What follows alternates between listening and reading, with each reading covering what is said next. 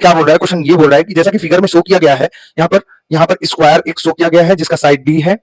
और 4 पॉइंट यहाँ पर शो किए गए हैं डब्ल्यू एक्स वाई जेड, और इन सभी पे चार्ज सेम है, सभी पे चार्ज सेम है। यहाँ पे भी क्यू चार्ज है, यहाँ भी क्यू चार्ज, यहाँ भी क्यू चार्ज, और यहाँ भी क्यू चार्ज। ठीक है, तो ये दिया हुआ है। अब क्वेश्चन ये बोल रहा है कि the electrostatic force exerted by the object W on object x is F. W की वजह से यहाँ एक्स पे जो फोर्स आ रहा है, यानी कि हमें गिवन है force on X due to W, और वो कितना है, एफ दे रखा है। ठीक है, फिर बोला है कि then the magnitude of the force exerted by object W on Z. हमें फाइंड आउट करना है,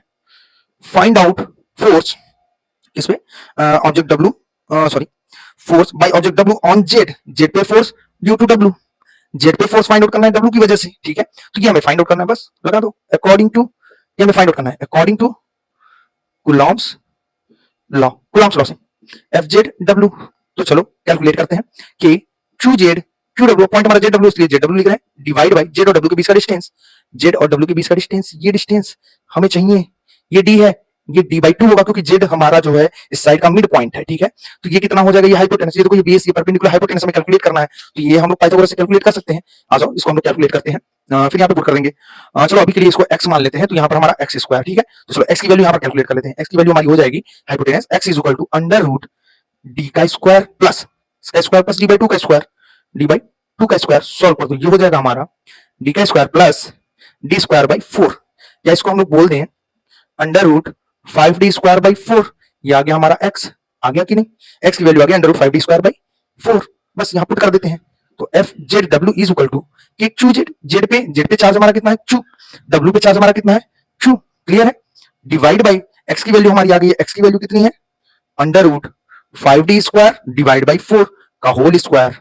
एक्स स्क्वायर बोले होल स्क्वायर। ठीक है, चलो इसको सॉल्व करते हैं, ये हो जाएगा के क्यू का स्क्वायर डिवाइड बाई, ये हो जाएगा 5d स्क्वायर बाई 4, 4 ऊपर चला जाएगा, तो ये हो जाएगा हमारा 4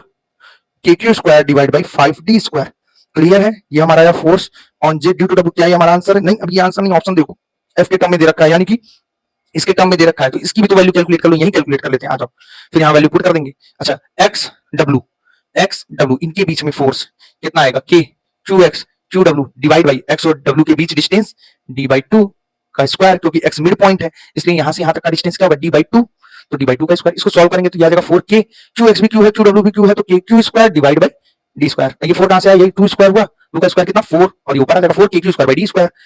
ये हमारा एफ है कि नहीं, बस यहाँ पुट कर दो